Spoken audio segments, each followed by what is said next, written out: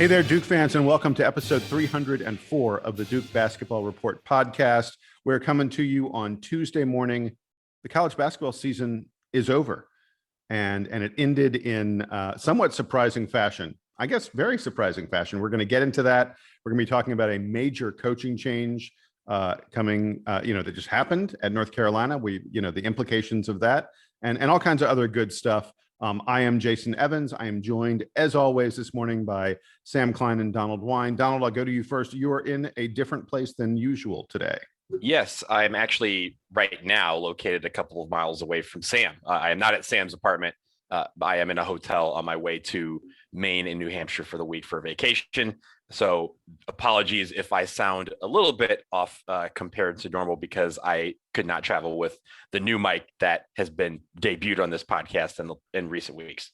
You sound fine, my friend, and getting out and about and doing things is a great thing for the fully vaccinated like you are. Sam Klein, Sam in Boston. Did you watch that game last night? I certainly did. And I'll admit, because it was on rather late for me, I folks may have picked up over the years. I like going to bed early and I like waking up early, which is why sometimes we record early, much to the chagrin, I think, mostly of Jason, who is more of a night owl than I am. I actually quit before the game was over. I went to bed. I said, nothing interesting is happening in this game. Gonzaga at halftime, I thought was about to start threatening, and then they came out in the second half and Baylor took control right again. I told you before the game that I thought Gonzaga was the better team and that they were going to win, and that you should just be picking them all the way through, and I was wrong. So I will also mention that last night I got to go to Fenway Park for the first time. The Sox were in town for one night while I was around here for vacation, so I said, let's do it. And in my mind, if all of you out there know, Red Sox games usually take about 5 to 6 hours all the time. Doesn't matter who they're playing. If it's the Yankees, just add 2 more hours to that, right? So I walked into this game fully expecting to miss the national championship game. It was one of the quickest Red Sox games ever. It was on ESPN. It was done by 10. So I was able to catch like a little bit of the end of the first half and then the entire second half at a bar right outside of Fenway. But you missed, Donald, all the drama. I did, yes. Because it all was over in the first 5 minutes. Tip off, yeah. So guys, let's get to the game and talk about it a little bit, because even though Duke wasn't there, really significant event, the end of the college basketball season, and the Baylor Bears end up as national champs. They beat Gonzaga 86-70. It was a thorough beatdown. There's no way to say it other than that. Gonzaga came in as about a 4.5 point favorite into this game. Sam mentioned that he was picking them. I think most of the known universe was picking them. I want to be on the record as stating, and you guys know it because I put it in our group chat, after the national semifinals, after the way Baylor looked utterly destroying Houston, I said, I'm putting all my money on Baylor. I thought that Baylor was going to win this game. I realized that Gonzaga they just hadn't had a very difficult route. They hadn't played a top 4 seed the whole way to get to the finals. And I felt like they were ripe for the picking, and Baylor picked the heck out of them. They sicked them, if you will. Yeah, it was a very, very impressive win. Let's each go through. We don't need to go too much in depth, but let's each go through the things that we saw that we thought were most interesting. And Donald, I'll start with you. And your perspective obviously is going to be mostly what they did in the second half to hold on to that lead. Yeah, well, I mean, let's first go back to December.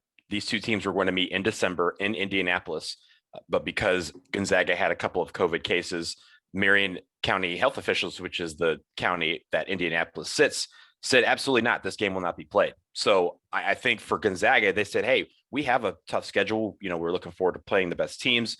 But it sounds like this was circled on Baylor's calendar. This was this team, this matchup. They wanted it badly, and they came out and they showed what they probably were going to try and do to them in December. But it was for a national championship. So even in the second half, Sam, you said it was kind of a boring affair, and it was in the sense that Gonzaga never really got close. Like Baylor was always had the upper hand throughout the entirety of the second half, and even that for a little bit of the first half that I saw, they were dominant on all sides of the basketball. They made sure anytime Gonzaga got any sort of momentum, they stifled that very quickly.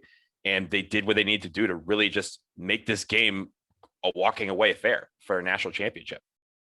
The thing that stood out to me most about Baylor and made me glad that we never had to play them this year, because I think Duke would have gotten just absolutely mauled by Baylor, is the offensive rebounding, right? The Baylor's ability to, like, do you guys remember when I love talking about the 2010 Duke team. It's I always go back to them, but the 2010 Duke team had a way of, taking long shots. And then when those long shots missed, they were basically just passes down low to Brian Zubek and to Lance Thomas, who would either put them back up for garbage buckets or throw them back out for more 3-pointers. That's exactly what Baylor did last night. I mean, they hit 43% of their threes, but it felt like they were making 60% of their threes because every 3-pointer was either a made 3-pointer or a pass to the interior. And it's very hard to stop a team that does those two things really well. And that's exactly what Gonzaga went up against. They weren't able to handle Baylor on the boards, and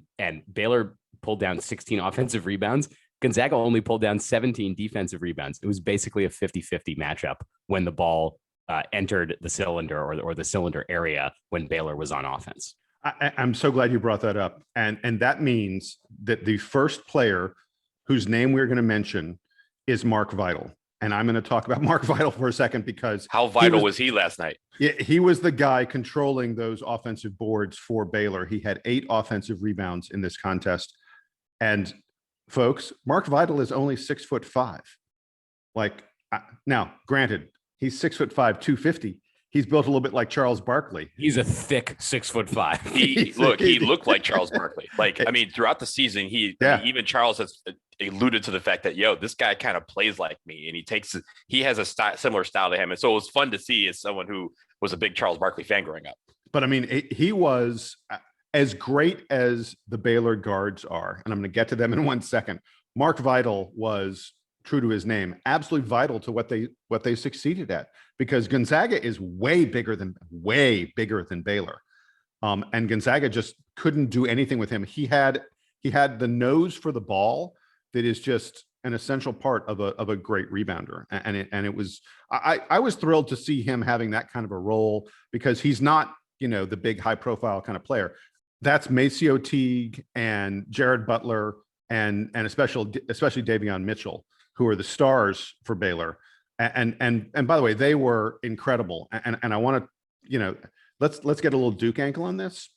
The reason I liked Baylor was because Baylor had the best point guard. Davion Mitchell, who plays point guard the most for them, is, in my opinion, after watching this NCAA tournament, the best point guard in America. Absolutely impossible to stay in front of, does an incredible job of getting in the lane and then creating opportunities for other players or finishing himself. But the cool thing about Baylor is they've essentially got 3 point guards on the floor at all time, because Butler and Teague are also point guards. They're also capable of creating and passing, and getting in the lane and scoring. They aren't necessarily, huge guys, but they use their length really well. And the connection to Duke is, I think, one of the keys for this Duke team this season. One of the reasons we struggled, and the key for next year is going to be, do we get better point guard play? I absolutely saw last night that point guard's the most important position in college basketball. I've thought that for a while, and I think it was borne out by last night's game, because Gonzaga, by the way, is playing 2 point guards at the same time. Baylor's playing 3 point guards at the same time, and they're all really, Andrew Nembhard and Jalen Suggs for Gonzaga. All 5 of those guys are really great point guards, and I think they are the engines that are driving their teams, and they drove their teams to the final game. If we want to take this back to one of our most recent episodes on the Trevor Keels commitment, the discussion of Keels, Roach, and Wendell Moore as the 3 guards on the team next year for Duke, that is exactly where you look for whether Duke is going to be good or great next season. Is do 2 of Wendell Moore, Jeremy Roach, and Trevor Keels have the ability to initiate the offense? We've saw glimpses of that from both Moore and Roach this past season. I think we're going to see some playmaking ability from Keels next season, but that is going to be, I think, the difference between, because we know that, like, it's funny to say this, but like, we know that down low Duke is going to be good because they've got Mark Williams and then Paulo Banchero, who by all accounts is going to be a stud next year in his freshman season. But the backcourt is going to be the question. And Jason, I think it's a great point that you look at the two teams that ended up being far and away the two best in college basketball this year. What did they have? Great guard play. Yes, Sam, you're absolutely right. It was the great guard play. And then the other thing I want to mention from that game before we wrap up with it is I was incredibly impressed with Baylor's defense. All season long, we have seen this Gonzaga juggernaut that no one could stop. And for Baylor to hold them to 70 points what was really impressive. Baylor was able to switch 1 through 5. We talked about Mark Vital, his ability to switch any position, guard big men, guard guards. He didn't care. Was essential to that defense. And I was just so impressed with Baylor's defensive intensity and their ability to frustrate a Gonzaga team that has not been frustrated at all year long. It was a masterful performance by Scott Drew's team. And it was a joy to watch. A lot of people say, oh, it was kind of a dud Final Four because we didn't have an exciting, or a dud championship game. We didn't have an exciting game. I saw a beautiful executed game by a really great team, and I thought that was exciting and fun. Donald, last word. Yeah, for Baylor, you mentioned the defense, and I'm glad you did, because if you flash back to a couple of days ago, they absolutely pounded Houston. And Houston was a team that was a high-flying, high-scoring team, and it got to a point where Houston just could not. They had one guy who could put the ball in the basket. Everyone else was very much neutralized, and Baylor's defense was incredible in that regard. I'm glad that carried over to Monday, and they had a game plan. And I'm sure it was one that they had been tinkering throughout the tournament in the hopes that they would meet. Because again, we talked about, I think I was the only guy last weekend who for the Final Four predicted that Gonzaga would not win. I said that it would be Houston, that's beside the point. But my point is that with Baylor, their defense really shown throughout this Final Four, and people don't like defense in the Final Four. They like to see offense. They like to see the big moments like Jalen Suggs had in the national semifinal, but defense is what wins championships, and defense from Baylor is what showed up at the right moment. And the last thing I want to mention in the post game, Charles Barkley and Kenny Smith, and say what you will about them and their analysis. I think they're fun to listen to. Charles Barkley said, hey, Baylor has a weight room and everyone on the team knows where it is. I mean, which was a great comment. But, again, as we tie this back to Duke, I hope everyone on Duke knows where the weight room is, because, man, the Baylor, those guys were sculpted. Coach Will, get on it this summer. Amen. There you go. Hey, guys, we're going to take a quick break after talking about the national championship game and look ahead to the future, specifically just a little bit down the road. North Carolina has a new coach.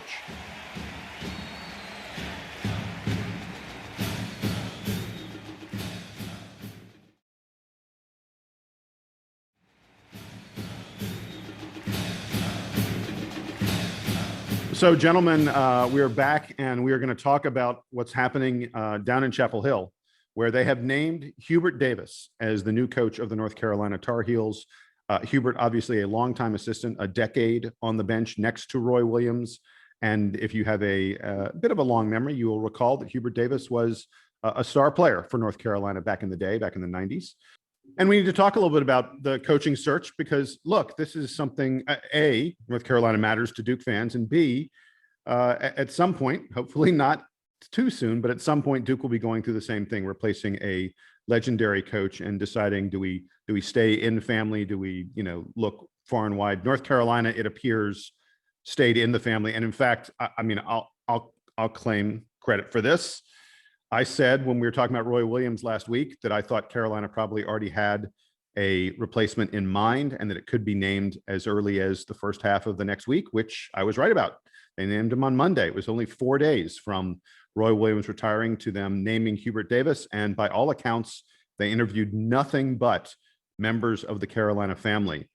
So they chose not to look at anyone else. Sam, I did see that actually that they initiated discussion with Jay Wright, but that he turned it down pretty quickly. So they sort of started the process. But I think, Jason, to your point, the way that coaching searches go these days, programs are incentivized to have as little time as possible between the first coach leaving, be it retirement, taking another job, whatever, and getting to the next coach. And that is naturally, I think, going to lead to programs opting for guys they already know, which tells you that there may actually be an advantage to programs being able to get out ahead of these things. So the interesting thing to me is that Roy basically says he realized at the end of the season that it was over.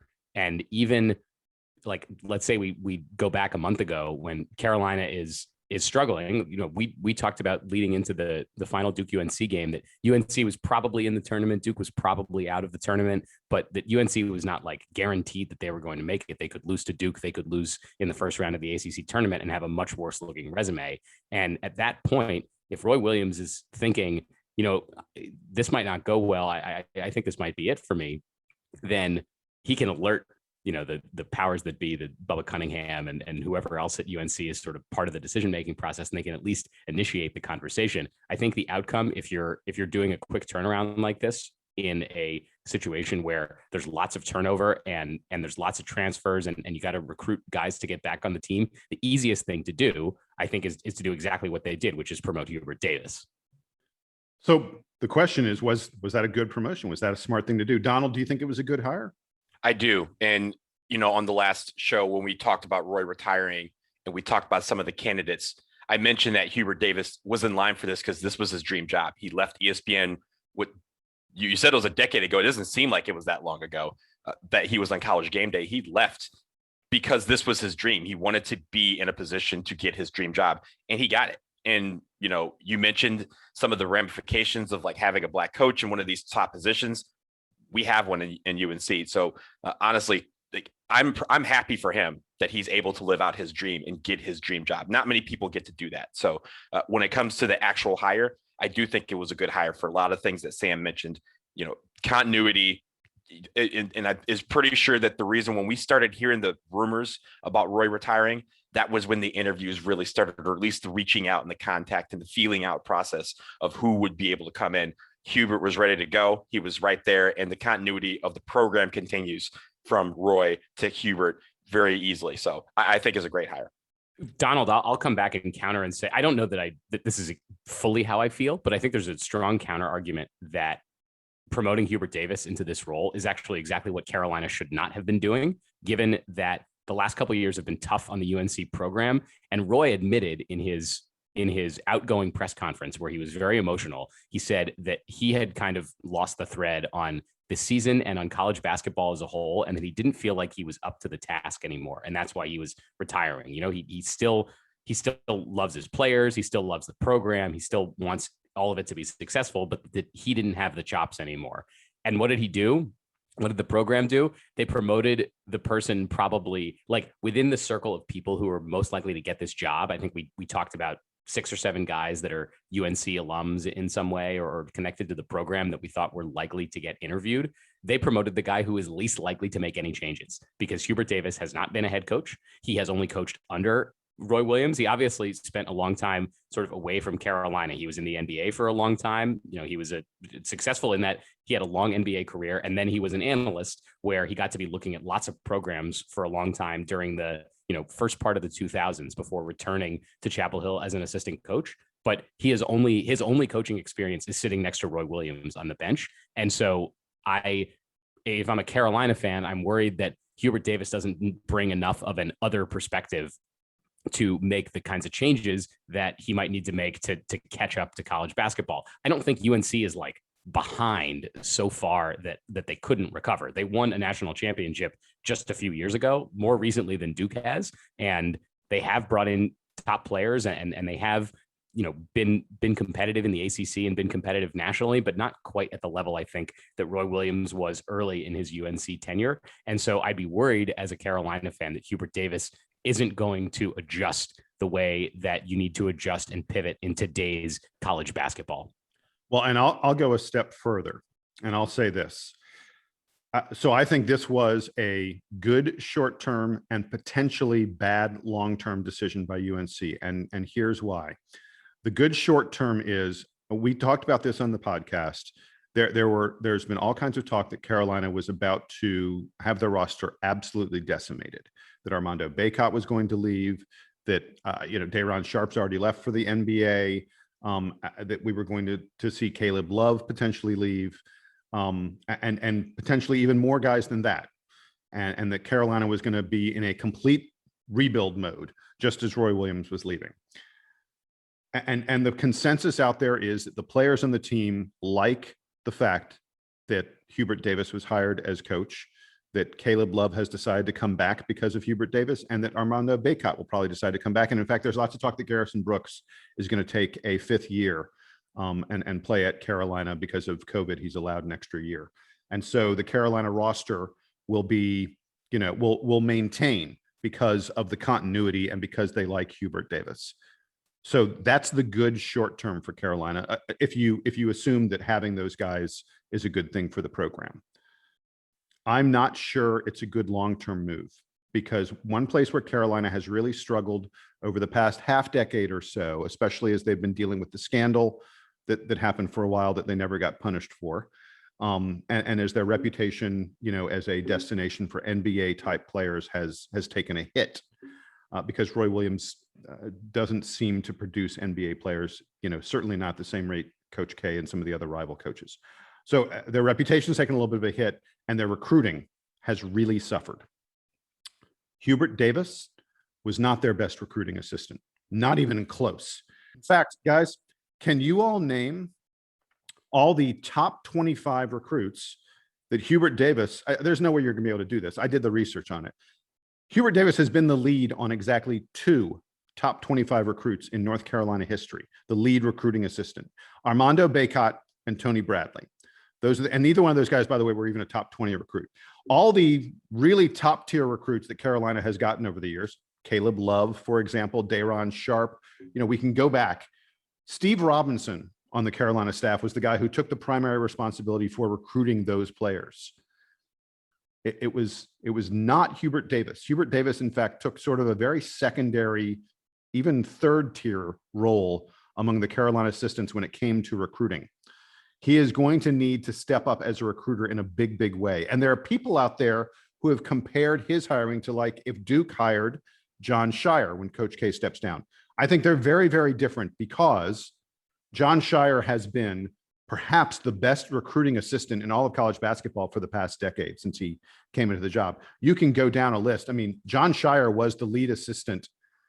First of all, he's the lead, just right now, he was the lead assistant recruiting Paolo Banchero, AJ Griffin, and Trevor Keels. He was the lead assistant who brought in Jalen Johnson. I mean, I can go on and on. He was the guy who brought in DJ Stewart, Mark Williams, Vernon Carey, Matthew Hurt. He was the lead Duke recruiter on Cam Reddish and Zion Williamson. He was the lead assistant on Jason Tatum.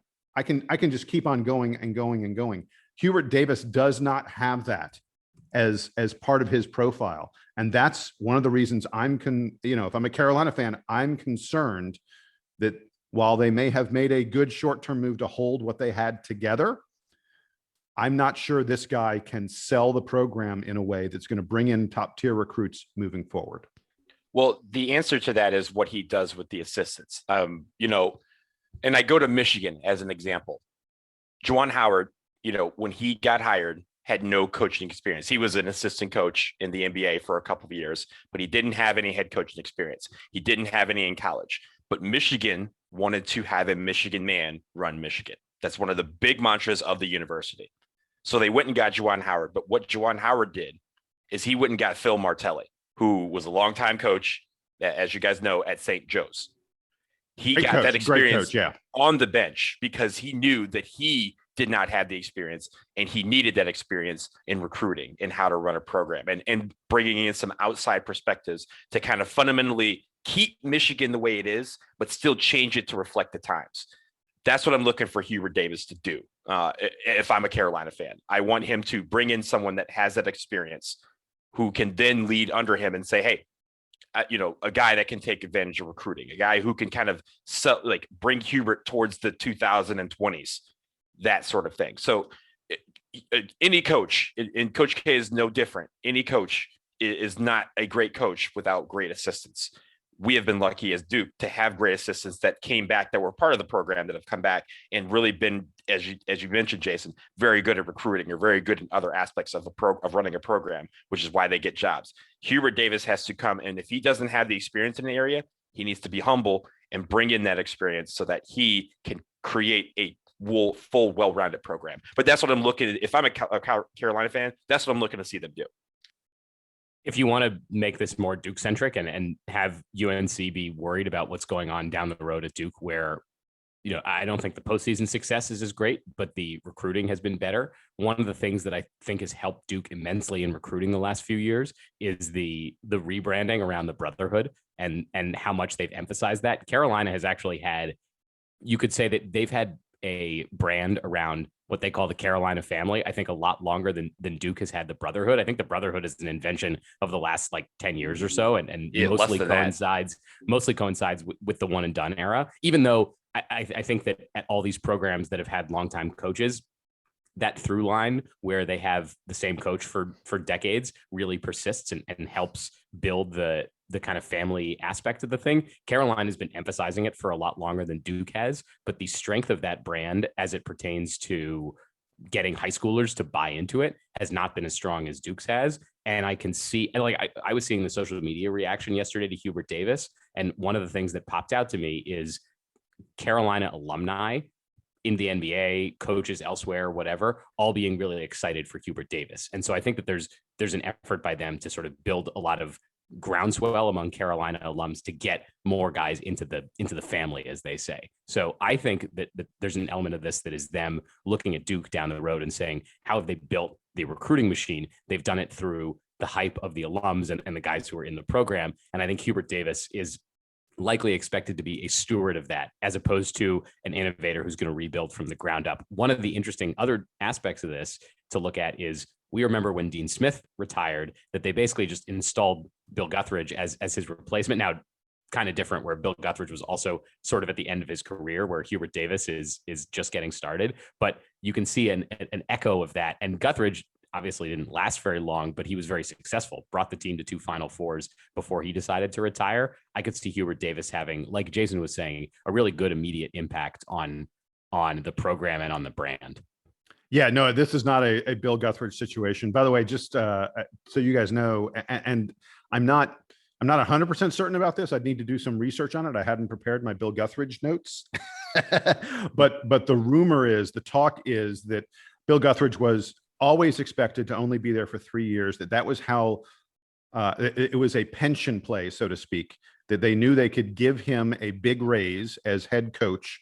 And that if you had a salary for 3 years in a row, the state pension system, you know, would really would match that or come close to matching it once you retired. And so Bill Guthridge different is the pay in college basketball now that like in my lifetime, they were talking about pension plans for college basketball coaches. No, but seriously, one of the reasons Bill Guthridge was given the job was so he could get a big raise and so he could then retire with a nice pension. Because if he'd retired on his assistant coach pension, it would not have been nearly the same. And the presumption was that after those 3 years, Roy Williams would step in and become the full-time head coach. And then Roy didn't, and they went to Matt Doherty and blah, blah, blah, blah, blah. I think at least it looks like Carolina has avoided that kind of fiasco. I think Hubert Davis was the man they wanted for this job. And, you know, time will tell. I'm not ready to dump on it as a terrible choice. He may turn out to be a great recruiter. I think he's a smart guy who knows basketball, and you know, Carolina's reputation, it will probably keep them at the top no matter what. He looks good in glasses. I know that much. and you know what? I look forward to beating him. That's right. Many, many times. So, gentlemen, with the college basketball season over, everyone has begun to turn their attention to the 2021-2022 season.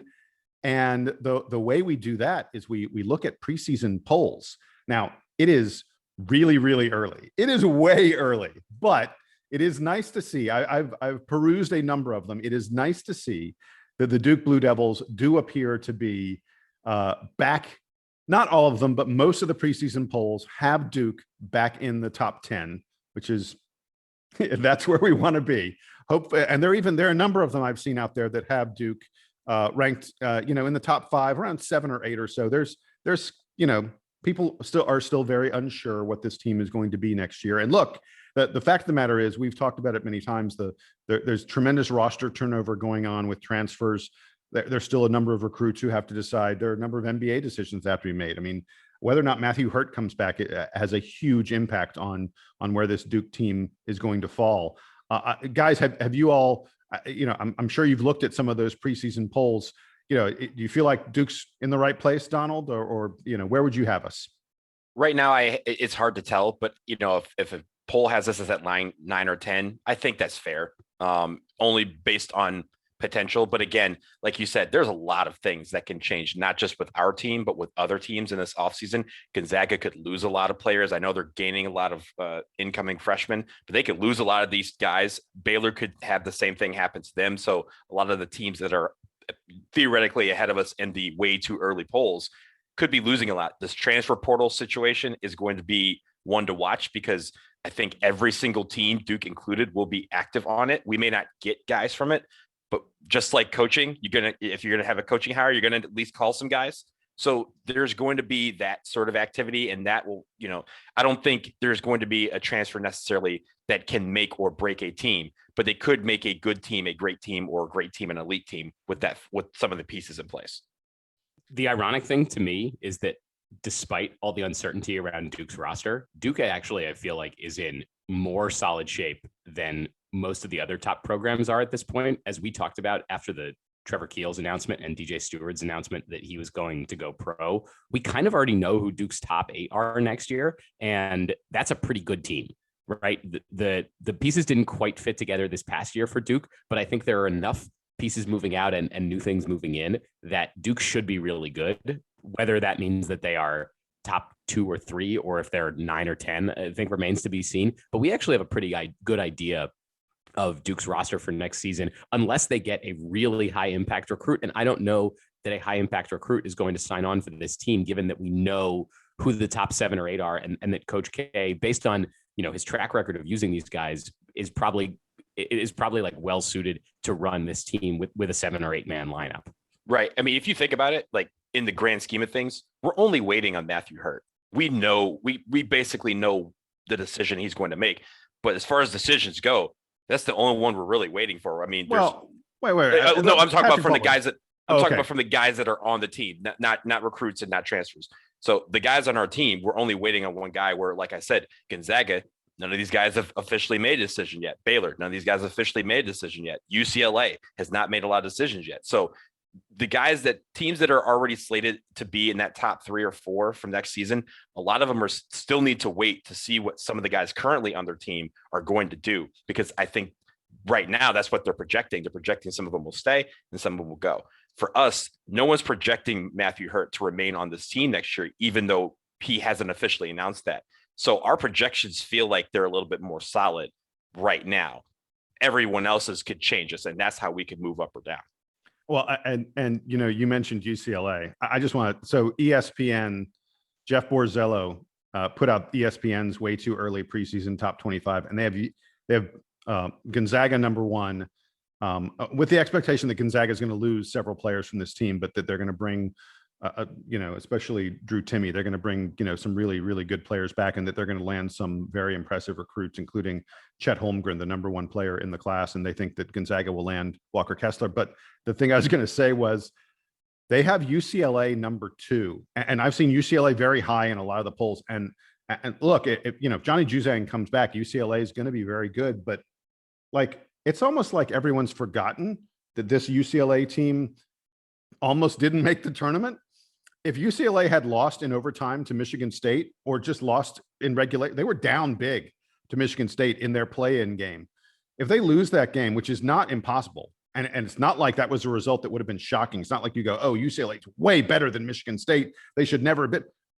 If they lose that game, they're not even in anyone's preseason top 25. So like, they got on one magical run for a week and a half, 2 weeks. They got hot, and suddenly everyone's like, oh, they're preseason top 5. It shows you sort of the crazy vagaries of these preseason polls that I think. Jason, look at Duke, and I know it's not exactly the same, but Duke is coming off a season where they were basically a 500 team, and their second best play. If you say that DJ Stewart was the second best player on this team throughout the year, if you just ignore Jalen Johnson, Duke has already lost its second best player. It's likely going to lose its best player off this team that already was an average team. How good are they going to be next year? they get recruits and whatever. But the sample sizes are always small here in college basketball. Oh yeah. No. My point is though, the people who are rating Duke highly, and I happen to agree with them. A lot of that is based on the fact that Duke is expected, even though we lose a couple, very, very useful, very valuable players, we're bringing in, especially Paulo Banchero and AJ Griffin are difference-making kind of freshmen. And we've seen in college basketball again and again, when you have guys like that, and especially when you combine them with some experienced players, which Duke will have, which is something we haven't had a lot lately. When you do that kind of thing, that's a formula for success. To me, that's different than saying UCLA is going to be the same team they were last year. The people who are ranking UCLA high are not saying UCLA is bringing in a top 5 recruit, top 10 recruit the way Duke is. They're saying, oh, this team's all going to be back. And what I'm saying is that team that's all going to be back, that maybe is all going to be back. That UCLA has one 5-star recruit, and that's small forward Peyton Watson, who's ranked number 10 in the class by 247, but is not on the level that Paulo Banchero and AJ Griffin are. Exactly. And again, my only point about UCLA is, aside from a 2-week run, great run where they won 3 games in overtime, or they had 3 games go to overtime. Aside from that run, this was a thoroughly mediocre UCLA team that almost, came within very close to missing the NCAA tournament. And suddenly people are saying that they're a top 5 team. That's my only point. Just, it seems a little random to me. So on that random note, we will wrap things up here on the Duke Basketball Report podcast, episode number 304. Folks, make sure you keep looking for us in your feed. We're bringing the content to you. Coming tomorrow, an exclusive interview with Duke's top recruit for next year, Paulo Banchero. You're going to love that. We have a lot to tell you about him, and we're going to bring you more and more content. More episodes of Return to Glory are coming this week as we look back on the 2001 team. But for Donald and Sam, I am Jason. We are wrapping things up here now. And Duke Band, play us out and take us home.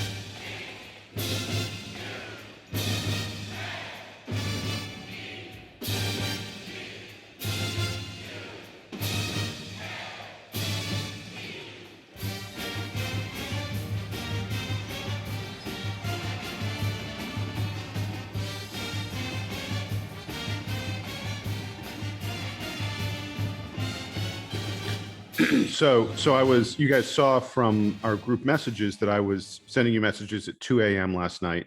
Yes. Because I needed to stay up late and then wake up late because I'm working a late night at CNN. I'm working till 3 a.m. tonight at CNN. Oh, geez. So you're going back to bed after this? No. I'll be fine. It's not a big deal.